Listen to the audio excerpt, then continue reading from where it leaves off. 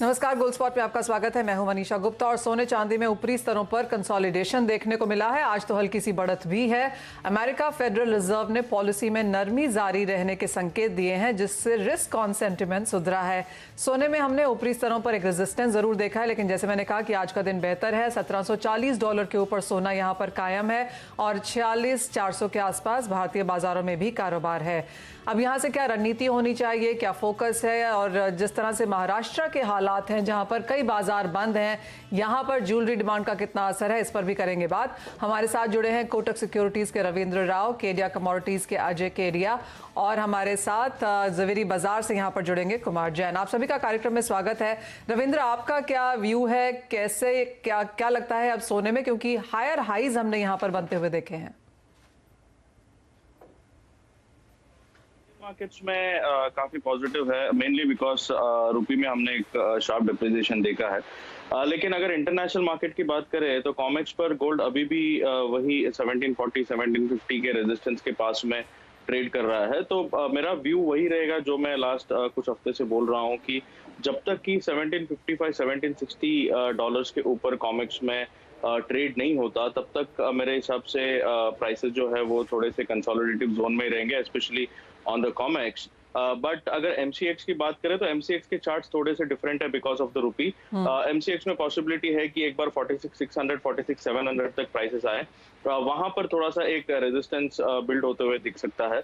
और अगर dollar index और यील्ड की बात करें तो वहां पर थोड़ी सी आई वुड से एक साइडवेज मोमेंटम चल रहा है। यील्ड वहीं पर it is stuck in that very range. Possibility है कि अगर कंसोलिडेशन यहाँ पे होता है तो यील्ड फिर से एक बार थोड़ा सा करेक्ट हो सकता है along with the dollar index, क्योंकि डॉलर इंडेक्स ऑलरेडी थोड़ा सा करेक्टिव मोड में है, 92-30 के आसपास चल रहा है। तो मेरे हिसाब से डॉलर इंडेक्स और यील्ड अभी भी फोकस रहेगा, और अगर वहां पर करेक्शन दिखता है तो मैं एक्सपेक्ट कर रहा हूँ कि 1755 1760 कॉमेक्स पर टूट जाएगा और उसके ऊपर क्लोजिंग आ जाएगा, देन वी माइट टारगेट $1,800। लेकिन तब तक के लिए I think it is still in a very range. तो मेरे हिसाब से 1710 1720 ऑन द लोअर साइड और on the higher side 1750 1755 would be the higher bound. और एमसीएक्स पर और थोड़ी सी अपसाइड बाकी है, 46,600 46,700 तक आ सकता है। तो इंट्राडे पर्सपेक्टिव से आई थिंक यहाँ से अगर 100-200 रुपए की गिरावट आती है तो एक बार बाई करके चल सकते हैं फॉर अ टारगेट ऑफ 46,500। जी हाँ, 1765 अगर देखें तो 50 डेज का मूविंग एवरेज भी है। तो जैसे रविंद्र ने कहा कि इंपॉर्टेंट लेवल है, अगर ये स्तर निकलते हैं तो 1800 की तरफ हम यहाँ पर सोने को बढ़ता हुआ देख पाएंगे।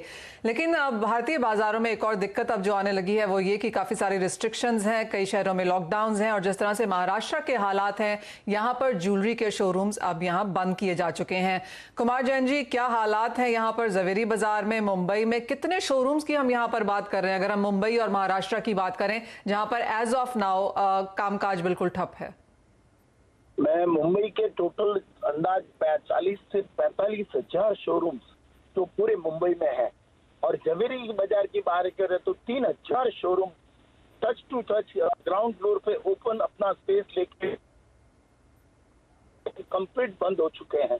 गत कोरोना वायरस के समय में जो लॉकडाउन हुआ था उस समय की बात करें, छोटे से बैक में जाए हम लोग तो करीबन 10 महीने टोटल मार्केट बंद रहा था, और करीबन एक दिन का 200 करोड़ का एवरेज सब चीज का सेल रहता। Diamond jewellery, gold jewellery, studded jewellery, विलंदी ज्वेलरी, ये सब मिला के 200 करोड़ से समझ लीजिए 10 महीने का 60,000 करोड़ रुपए का बिजनेस का नुकसान ऑलरेडी हम कर चुके हैं।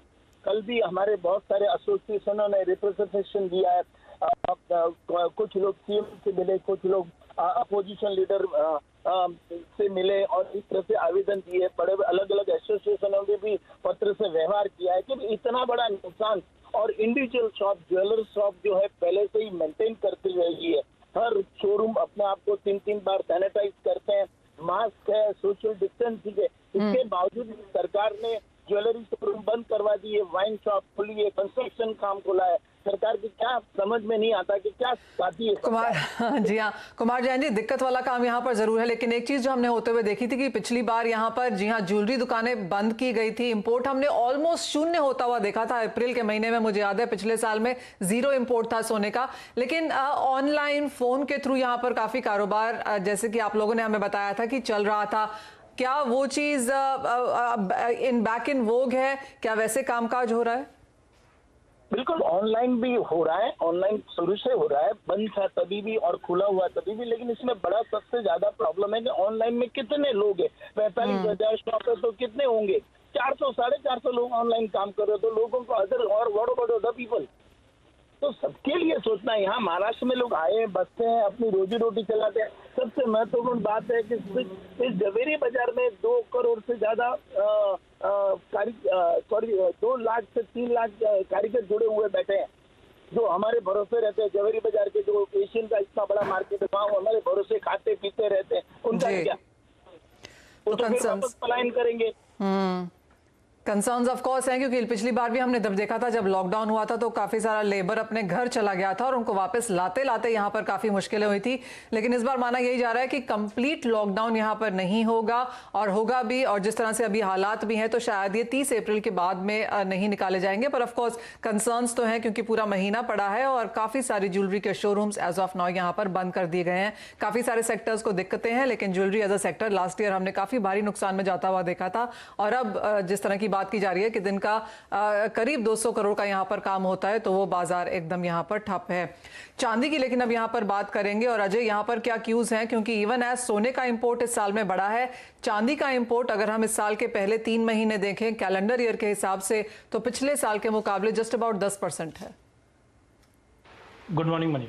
डेफिनेटली अगर हम गोल्ड सिल्वर दोनों की बात करें तो उसके अंदर चांदी काफ़ी ज़्यादा अट्रैक्टिव लग रही है, क्योंकि पिछले साल यही टाइम था जहाँ पे हमने देखा गोल्ड सिल्वर रेशियो 124 से लेकर हमने ऑलमोस्ट 62 तक का लेवल होते हुए देखा है। नो डाउट रिस्की एसेट्स में इन्वेस्टमेंट बढ़े, जिस से लिक्विडिटी पंपिंग की गई है इकोनॉमी में, और जैसे कि हम जानते हैं कि बेस मेटल की तरह ही चांदी का भी कंजम्पशन इंडस्ट्रियल मेटल्स के थ्रू माना जाता है।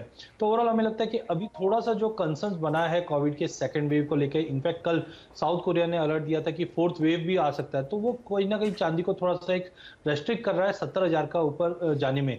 बट इन ऑल हमें लगता है कि अगर हम 6 महीना से 1 साल की अवधि की बात करके चले, तो पिछले साल हमने ये ड्यूरेशन में देखा था कि प्राइजेस में 75,000 तक का भी लेवल क्रॉस किया था। मुझे लगता है कि 2021 की अगर बात करें तो हम पिछला हाई तोड़कर प्राइजेस में 85,000 से 90 तक का भी लेवल चांदी में देख पाएंगे, जिस ढंग से इन्वेस्टमेंट किया जा रहा है इकोनॉमी के अंदर, पटरी पे आज नहीं तो कल वापस लौटती हुई दिखाई दे। तो definitely gold no doubt long term medium term काफी स्ट्रांग है, बट चांदी मुझे लगता है थोड़ा भी अगर रूम मिलेगा तो 90,000 डोमेस्टिक मार्केट पे, और जबकि इंटरनेशनल में $30 का लेवल तोड़कर $34 से $35 तक का भी लेवल आराम से दिखा सकती है। इसमें रुपया का रोल काफी इंपॉर्टेंट रहेगा, क्योंकि कल जिस ढंग से हमने ऐतिहासिक एक तरह से गिरावट आती हुई देखी काफी टाइम बाद, तो ये रुपये मुझे लगता है कि ऊपर में 75, 50 से 76 तक का भी लेवल दिखा दे, जो डोमेस्टिक मार्केट पे गोल्ड और सिल्वर को ज्यादा मजबूती देता हुआ दिखाई देगा।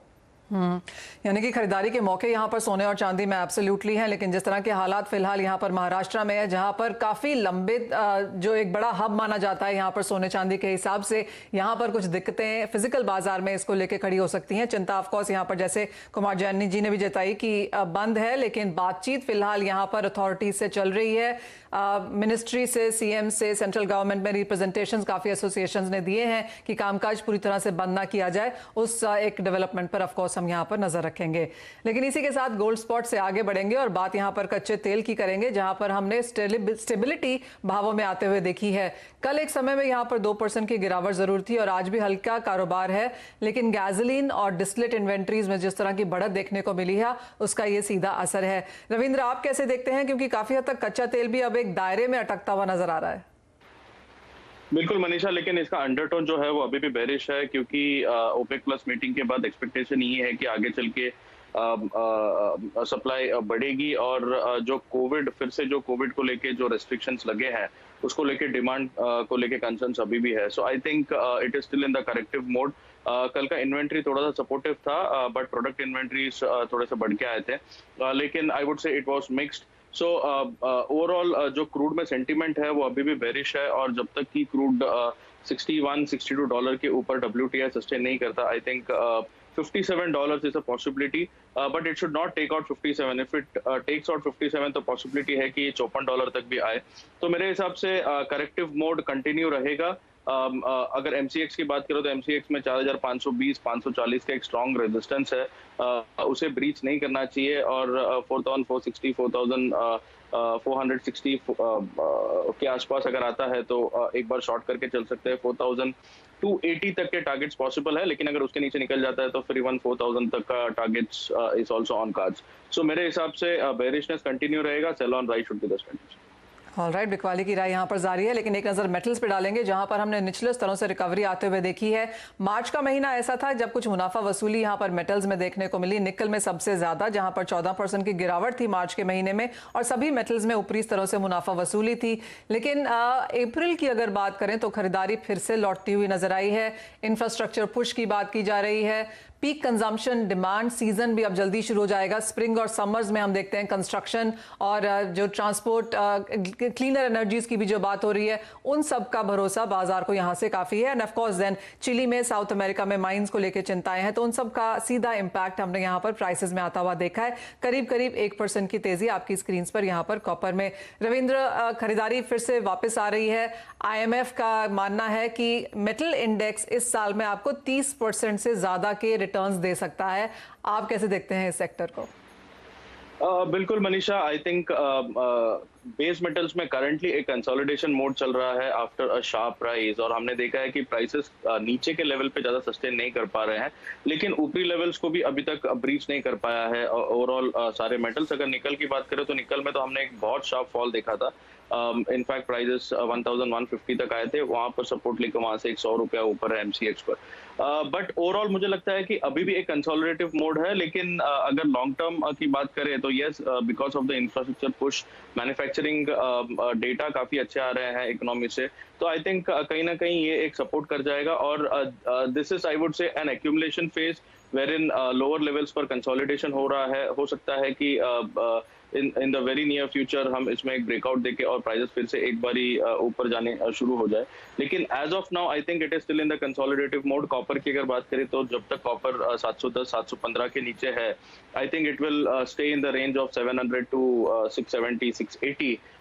निकल में एक हल्का सा ब्रेकआउट आया है, निकल में पॉसिबिलिटी है कि 1300 तक के लेवल्स आ सकते हैं, लेकिन ओवरऑल मेरा टोन जो है वो अभी भी थोड़ा सा कंसोलिडेटिव है। I will wait for a breakout and then take a direction. Ajay, आप कैसे देखते हैं? आपको यहाँ पर कुछ बाइंग अपॉर्चुनिटीज नजर आती हैं? ऑफ कोर्स मार्केट काफी अनसर्टन है, जिस तरह के रिस्ट्रिक्शंस फिर से बाजारों में लौटे हैं, लेकिन इन करंट स्तरों पर क्या राय है? बिल्कुल मनीषा, मुझे लगता है कि पूरे बेस मेटल पैक के अंदर अब देखिए, कोविड के बाद जैसे जैसे इकोनॉमी में लिक्विडिटी पंपिंग की है, हमने यूएस से भी देखा $2 ट्रिलियन की स्पेंडिंग की जा रही है, चाइना कंटिन्यू कर रहा है, तो ये कहीं ना कहीं पूरे बेस मेटल को रीरेट करता है। नो डाउट आप प्राइजेस को मत देखिए, पिछले साल के मुकाबले हम डबल होते हुए देख रहे हैं, बट अभी भी जो कंजम्पशन है वो पुशअप करेंगे। तो पूरे पैक के अंदर मुझे लगता है 3 कमोडिटी पे आपको ध्यान रखनी चाहिए। पहला है कॉपर, डेफिनेटली ये लीडर होता है। कॉपर में मुझे लगता है कि प्राइजेस इंटरनेशनल में 9000 अगर LME के ऊपर अच्छे से होल्ड होता है तो ऊपर में वापस 10 साढ़े 10,000 तक की LME दिखा सकता है। दैट मीन्स डोमेस्टिक मार्केट पे 780 से 800 का लेवल ओवरऑल अगले 3 से 4 महीने में दिखा देगा।